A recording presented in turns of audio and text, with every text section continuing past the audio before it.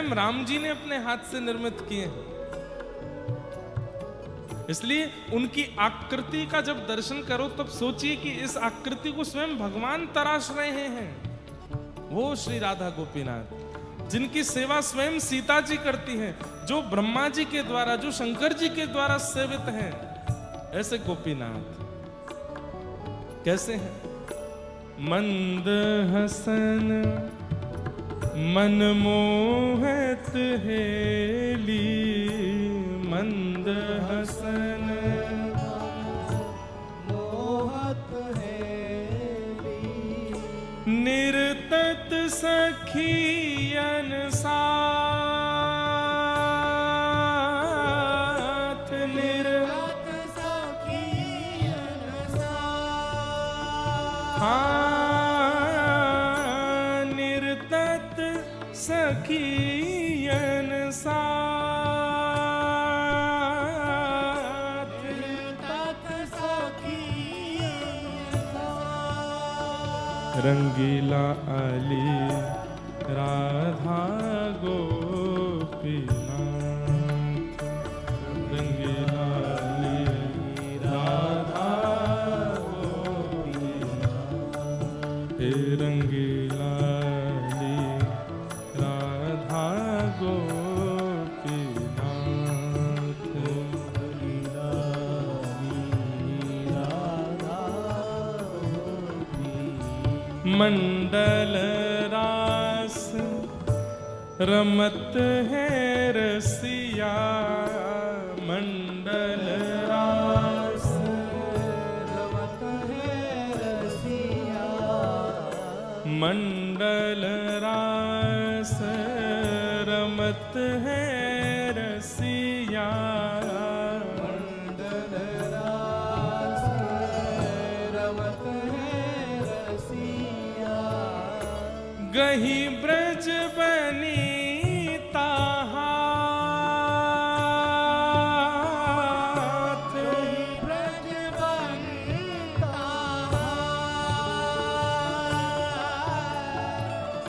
एक रसना नहीं बरन सकत हो, रसना नहीं बरन सकत हो, एक रसना नहीं बरन सकत हो, रसना नहीं बरन सकत हो, प्यारे के गुण गाए,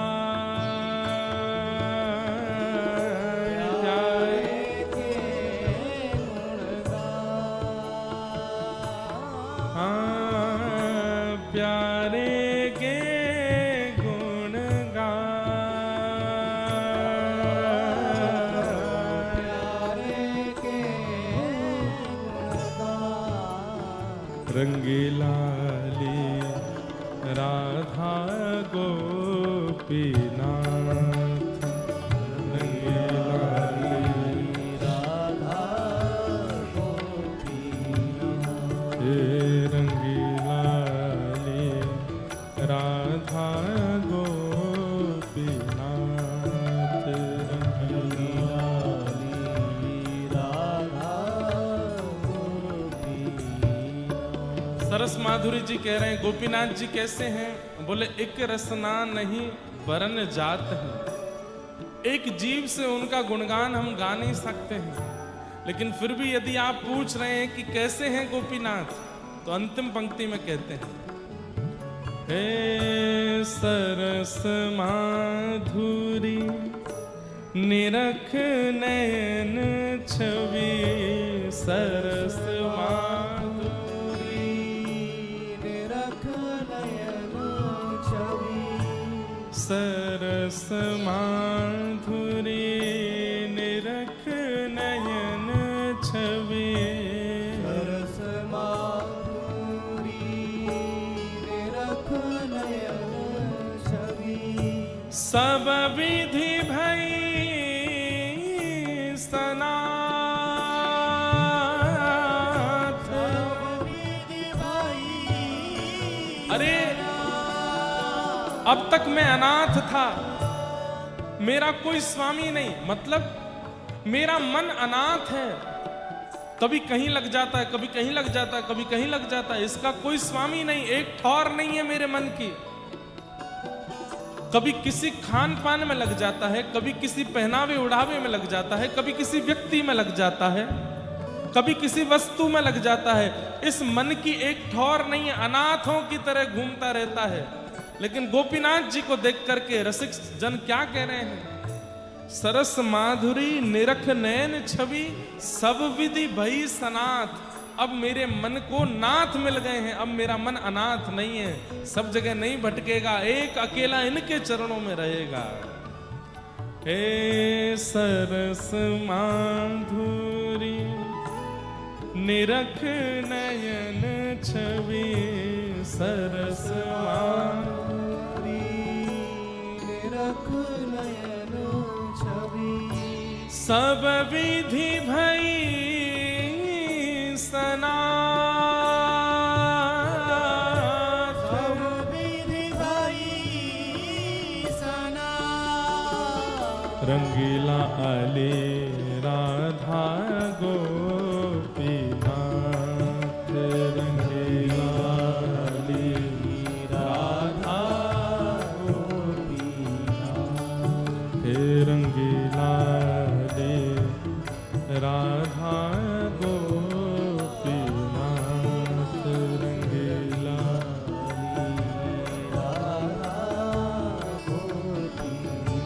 राधा गोपीनाथ,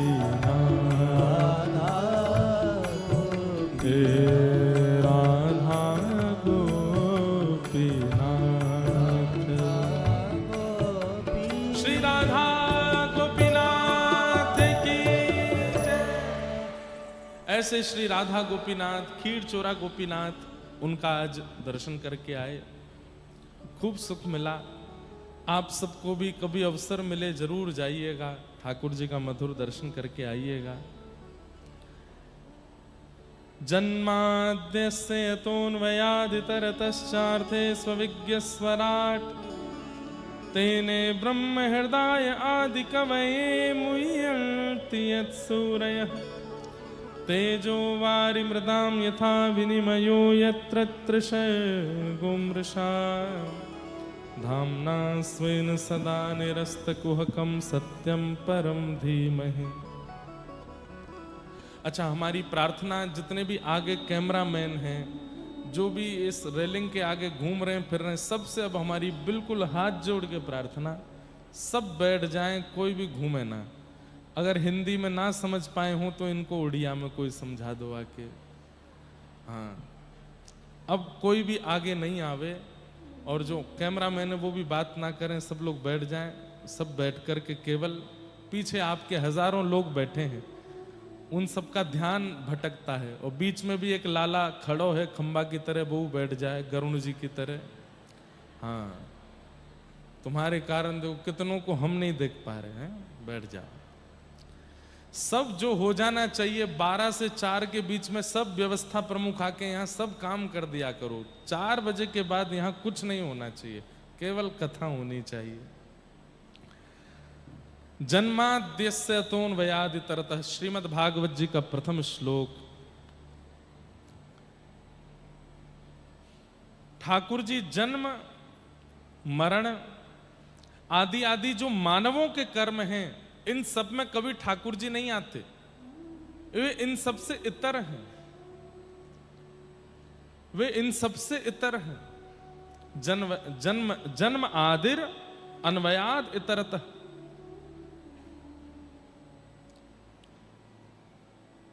लेकिन कई लोग एक कथा सुनाते हैं जगन्नाथ जी को लेकर के कि भगवान श्री कृष्ण का लीला गमन के बाद में संस्कार कर दिया, उनका हृदय समुद्र में बहता बहता यहां आ गया, उसी को जगन्नाथ जी के अंदर लगा दिया गया। हमको अगर ये कोई प्रमाणित करके बता दे कि ये कहीं लिखा है, हमने तो आज तक कभी सुना नहीं, और ना ये कथा कहीं है। भगवान गीता में कहते हैं कि मेरे शरीर को मरणासन समझने वाले, मेरे शरीर को मरण रूप जानने वाले इंसानों की तरह 100 वर्ष पूरे होने पर या अमुक अमुक वर्ष पूर्ण होने पर मेरे शरीर का भी अंत होता है, ऐसी बुद्धि रखने वाला व्यक्ति तो अपवित्र है, उसको देखने वाले को भी कपड़े सहित स्नान करना चाहिए। ये कहां से ये कथा आ गई है कि भगवान का हृदय बहता हुआ आ गया? अरे पहली बात तो ये कहना ही गलत है कि उनकी चिता को अग्नि लगाई। कैसे कह सकते हैं हम इस बात को? ठाकुर जी अवतार लेते हैं और अंतर ध्यान हो जाते हैं, वो मातृ गर्भ से प्रकट होते हैं, लेकिन हमारी आपकी तरह मरणासन स्थिति में कभी नहीं जाते।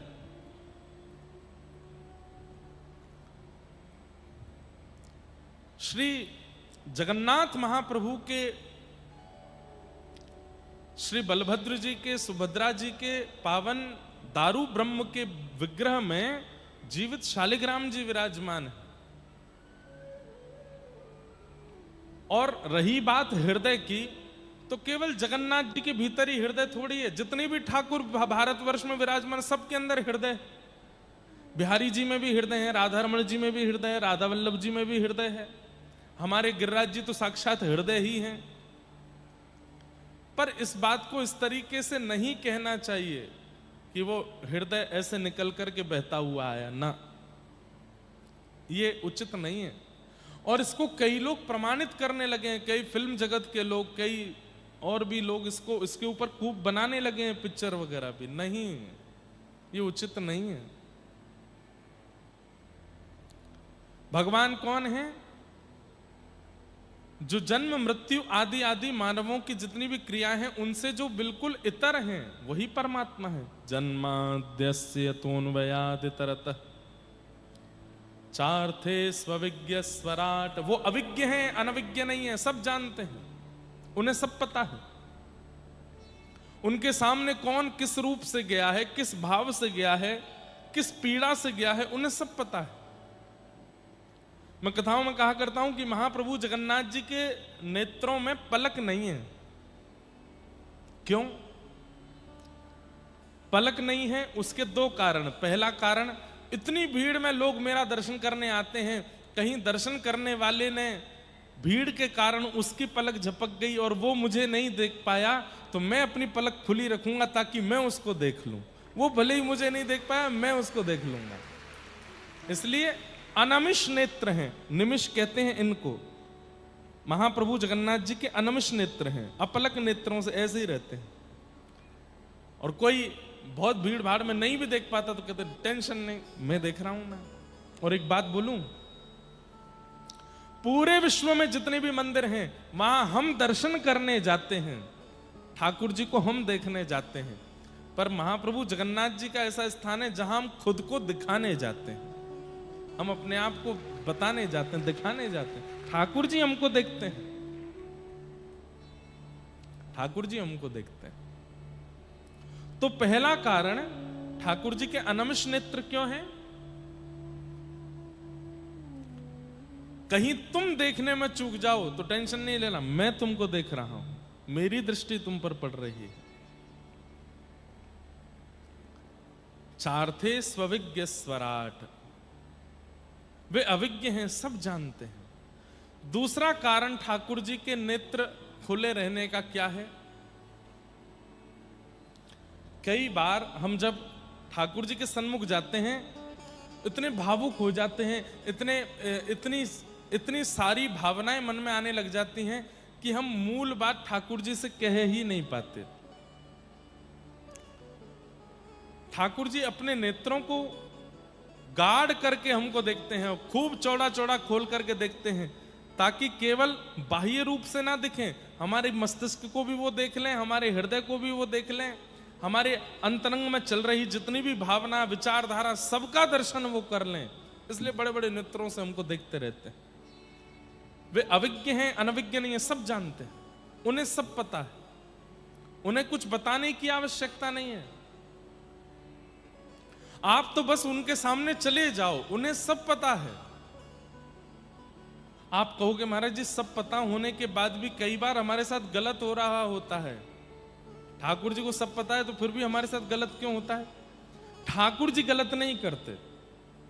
हमारी कोई क्रिया, हमारा कोई प्रारब्ध, हमारा कोई कर्म है, हमारा कोई संचित कर्म है, इस जन्म का है, पूर्व जन्म का है, कौन से जन्म का है हमें नहीं पता, हम बस उसको भोग रहे हैं। ठाकुर जी हमको पीड़ा नहीं देते। एक बात बहुत ध्यान से सुनना,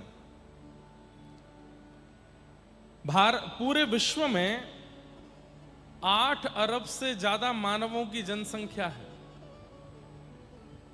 कितनी पक्षियों की, कितनी पशुओं की, कितनी जलचरों की, थलचरों की जनसंख्या ये तो गिनी नहीं गई है। और ठाकुर जी सबका ध्यान रखते हैं। चींटी के पग नूपुर बांजे तो भी साहिब सुनता है। अब चींटियां कितनी हैं? कटक की वोटिंग लिस्ट में जो जनसंख्या होगी वो चाहे लाखों में हो, करोड़ों में हो, हमें नहीं पता, लेकिन अगर कटक में कितनी चींटी हैं इसकी गिनती की जाए तो अरबों खरबों तो गिनती हो जाएगी। और उन सब का ध्यान भी ठाकुर जी रखते हैं। जल में जितनी मछलियां हैं सबका ध्यान ठाकुर जी रखते हैं। आकाश में उड़ने वाले जितने पक्षी हैं सबका ध्यान ठाकुर जी रखते हैं। हमारी धरती पर कितने ऐसे देश प्रदेश हैं जहां पर मानव है ही नहीं, वहां पर रहने वाले जीवों की भी रक्षा ठाकुर जी करते हैं। इतने प्रचंड इस संसार में ठाकुर जी मेरे लिए समय निकालते होंगे कि इसको दुख देना है, इसने बहुत गलत किया है। उनके पास इतना समय है। और ये तो रही यहां की बात, फिर 33 कोटि देवता भी हैं, तीनों लोक भी हैं, भगवान की पूरी प्रकृति भी है, और इस प्रकृति में वृक्ष भी जीवित रहते हैं, उनका ध्यान भी ठाकुर जी रखते हैं, उनको भी कर्म फल आदि सब प्राप्त होता है। इतने भयावह, इतने व्यस्ततम इस संसार में ठाकुर जी मेरे लिए समय निकालते होंगे। चल बेटा तुझे कष्ट देता हूं। ठाकुर जी को पता भी नहीं होगा कि हम कहां हैं, कौन हैं। और अब इससे भी बड़ी एक बात और कह दूं, भगवान के एक रोए में, ये जो शरीर के रोए हैं, एक रोए के अंदर 1 करोड़ ब्रह्मांड हैं। एक ब्रह्मांड में एक पृथ्वी है। ऐसे 1 करोड़ ब्रह्मांड भगवान के एक रोए के अंदर है। यदि संपूर्ण शरीर में देखा जाए तो 3.5 करोड़ रोए हैं। 3.5 करोड़ रोए में कितने ब्रह्मांड हैं? उस कौन से ब्रह्मांड के कौन सी पृथ्वी में मैं रहता हूं, ठाकुर जी को क्या पता होगा? अब बात अगर आती है कि ठाकुर जी को क्या पता होगा, तो यह बात तो गलत है। ठाकुर जी को सब पता है, लेकिन हमें कष्ट देना, हमें सुख देना, हमारे साथ बुरा करना, हमारे साथ अच्छा करना, ये ठाकुर जी की लीला नहीं है, ये प्रकृति है। ये हम अपने कर्म के बंधन में हैं। कर्म से हमको सुख, कर्म से हमको दुख मिलता ही रहता है। वो चक्र है, ठाकुर जी नहीं चला रहे हैं, वो अपने आप, ये व्यवस्था है संसार की, उसी के अनुरूप ही हम चलते हैं। अभी आप कथा सुन के बाहर गए, पैर फिसल गया, फ्रैक्चर हो गया, अब कौन सी क्रिया का फल आपको मिला है आपको नहीं पता। आप सोचने बैठ जाओगे जन्म से अभी तक मैंने किसी का बुरा नहीं किया, तो इस जन्म का हो भी नहीं सकता। हो सकता है पूर्व जन्म का हो सकता है पूर्व से पूर्व जन्म का हो। आप कहोगे जिस जन्म की हमको पता नहीं उसका हम क्यों सह रहे हैं? ठाकुर जी कहते हैं जब उस जन्म में थे तब समझाया जा रहा था कि गलत मत करो, भोगना पड़ेगा। तब तो माने नहीं, तब तो किया। अब अगले जन्म में जब भोगना पड़ रहा है तो फिर कह रहे हैं कि हमारी क्या गलती, पूर्व जन्म की गलती इस जन्म में क्यों भोगेंगे? यही होता है, ये संसार का नियम है। इसीलिए सावधान किया जाता है कि कुछ गलत मत करो, क्योंकि जरूरी नहीं है कि इसी जन्म में भोगोगे, अगले जन्म में भी भोगना पड़ सकता है। और तब आप केवल ये सोचते ही रह जाओगे कि मैंने किया क्या जो मुझे ये कष्ट मिल रहा है। भीष्म पितामह बाणों की सैया पर लेटे थे, तब भगवान से कहते हैं कि मुझे 100 जन्मों का याद है कि मैंने पाप नहीं किया। भगवान बोले 101वें जन्म का याद है कि नहीं? भीष्म पितामह बोले 101वें जन्म का याद नहीं है। बोले उसी में की हुई पाप का भोग रहे हो। 101वें जन्म का किया गया कर्म 101वें जन्म बाद भीष्म पितामह भोग रहे हैं। सोचिए,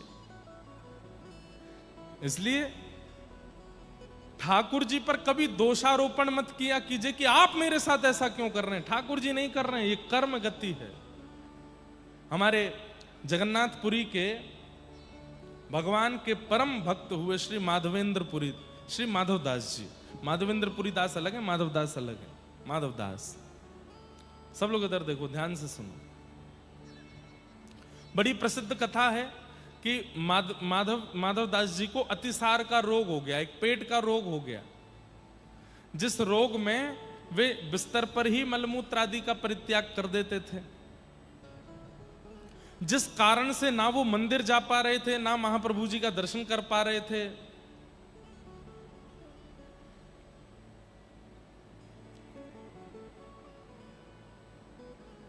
बस पड़े पड़े पीड़ा में रो रहे हैं।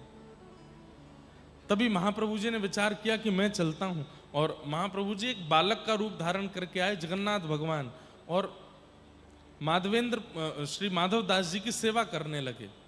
जल भर के लामे, कभी उनके अंग को साफ करें, उनके वस्त्रों को साफ करें। तो माधवदास जी के नेत्र खुले तो देखा कौन मेरी सेवा कर रहा है, तो देखे सांवरा सलोना बालक। आपने हाथ पकड़ा, माधवदास जी हैं, परम भक्त हैं, पहचान गए, बोले महाप्रभु जगन्नाथ। तो बालक हंसने लगा, बोले आप मेरी सेवा क्यों कर रहे हैं? राम राम राम राम, ये मेरे को, मैं इतनी अपवित्र अवस्था में हूं, मलमूत्र का त्याग कर, आप मुझे छू रहे हैं। मंदिर में आपकी इतनी व्यवस्थित सेवा होती है, इतनी पवित्रता का ध्यान रखा जाता है, और आप यहां आकर के मेरे तन को स्पर्श कर रहे हैं। ठाकुर जी बोले आप सब भक्त मेरी सेवा करते हैं, तो कभी कभी मैं भी आपके करता हूं, उसमें क्या बुराई है? माधवदास जी बोले सेवा क्यों कर रहे हैं? आप तो परमात्मा हो, चुटकी बजाइए, मेरे पेट के रोग को ठीक कर दीजिए। आप तो परमात्मा हैं, मेरे तन पर हाथ फेर दीजिए, मेरे को जितना रोग पीड़ा लगी है सब ठीक कर दीजिए, मेरी सेवा करने की क्या आवश्यकता है? तो ठाकुर जी कहते हैं नहीं माधव, ये तुम्हारे किसी जन्म के किसी कर्म का फल है कि तुम्हें ये पीड़ा हो रही है। यदि मैं इसको अभी ठीक कर दूंगा तो ये कुछ साल बाद फिर आ जाएगी, और अगर इस जन्म में न भी आई तो इस इतने शेष रोग को भोगने के लिए तुम्हें दोबारा जन्म लेना पड़ेगा। ध्यान से सुनिएगा बात को। कई बार हम लोग अपने जीवन में आने वाली परिस्थिति, ठीक है परिस्थिति से लड़ना चाहिए, उससे जूझना चाहिए, लेकिन कई लोग टोना टोटका और जाने क्या क्या करके उससे भागने का प्रयास करते हैं, उस परिस्थिति से बचने का प्रयास करते हैं, तो वो परिस्थिति जाती नहीं है, शांत हो जाती है। या तो इसी जन्म में आएगी, नहीं तो इस जन्म में नहीं आई तो उसको भोगने के लिए एक और जन्म लेना